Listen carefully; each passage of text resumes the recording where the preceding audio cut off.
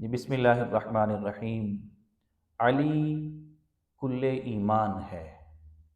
علی کا ذکر کرنا بھی عبادت ہے۔ آج کا موضوع گفتگو مولا کائنات علیہ السلام کی شان محبوبیت۔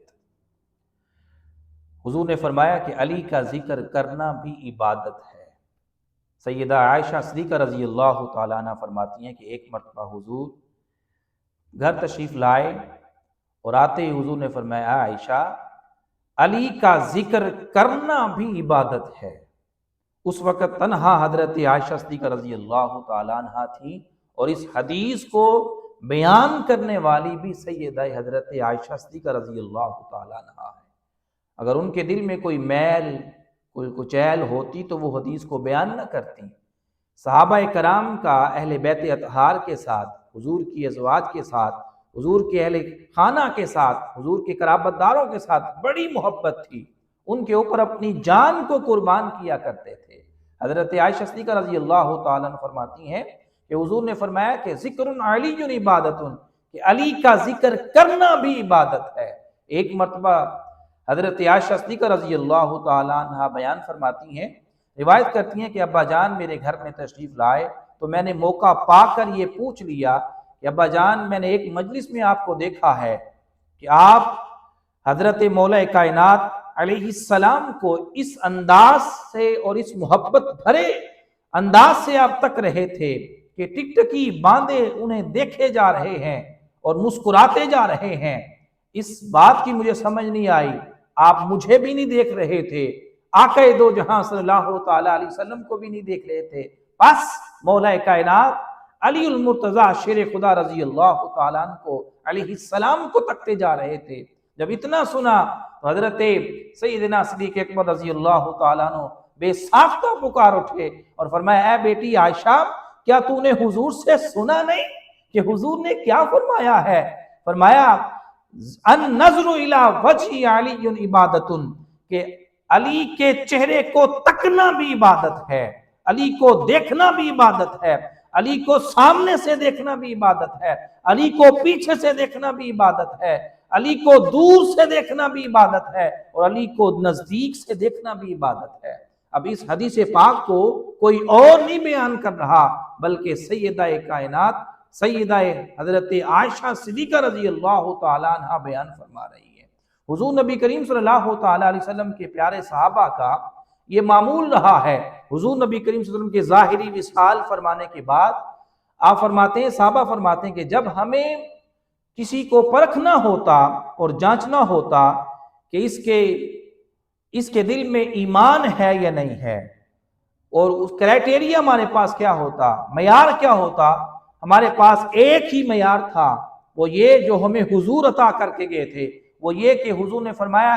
کہ اگر کسی منافق کو پہچاننا ہو تو اس کے سامنے میری اہل بیت کا ذکر کر لینا، میرے علی کا ذکر کر لینا۔ اگر وہ علی کا ذکر سن کر، میری اہل بیت کا ذکر سن کر، میری قرابت کا ذکر سن کر اس کی پیشانی کھل اٹھے اور اس کا سینہ کھل اٹھے اور اس کی آنکھیں محبت سے نم ہو جائیں تو سمجھ لینا کہ صاحب ایمان ہے۔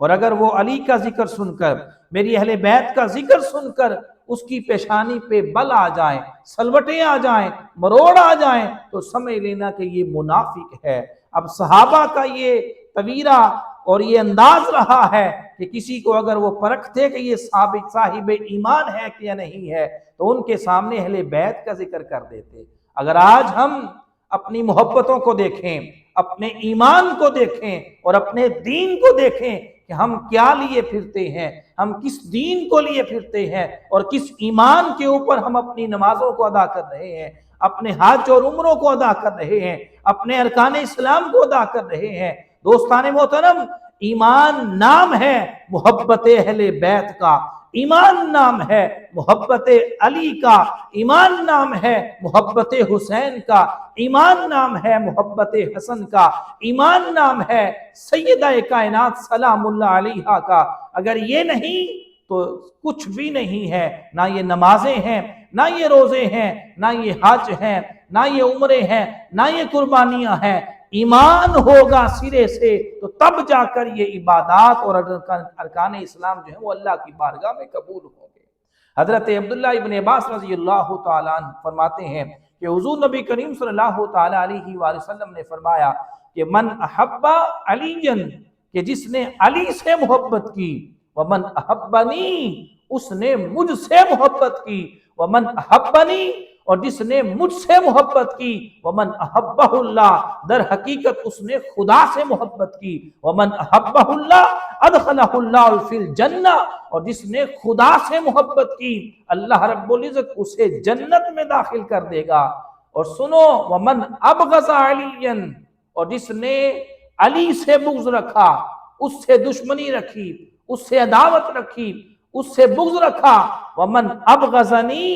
در حقیقت اس نے مجھ سے بغض رکھا، ومن ابغضنی، اور جس نے مجھ سے بغض رکھا، ومن ابغض اللہ، اس نے خدا سے بغض رکھا، ومن ابغض اللہ ادخلہ اللہ فی النار، اور جس نے خدا سے بغض رکھا اسے اللہ رب العزت نار میں داخل فرما دے گا۔ اب دوستان محترم، یہ میں نہیں کہہ رہا، حضور نے فرمایا کہ علی کا ذکر کرنا بھی عبادت ہے، علی کو تکنا بھی عبادت ہے، علی کا ذکر کرنا بھی عبادت ہے۔ اب 13 رجب المرجب کی صبح کو کوئی اور صحن کعبہ میں، کعبے کے اندر ایک انسان نہیں آیا تھا، بلکہ قرآن کا جو ہے وہ نزول ہوا تھا۔ حضور نے فرمایا کہ جہاں علی ہوگا وہاں قرآن ہوگا، جہاں قرآن ہوگا وہاں علی ہوگے، اور جہاں حق ہوگا وہاں علی ہوں گے، اور جہاں علی ہوں گے وہاں حق ہوگا۔ حضور نے فرمایا کل بروز قیامت یہ قرآن اور میرے علی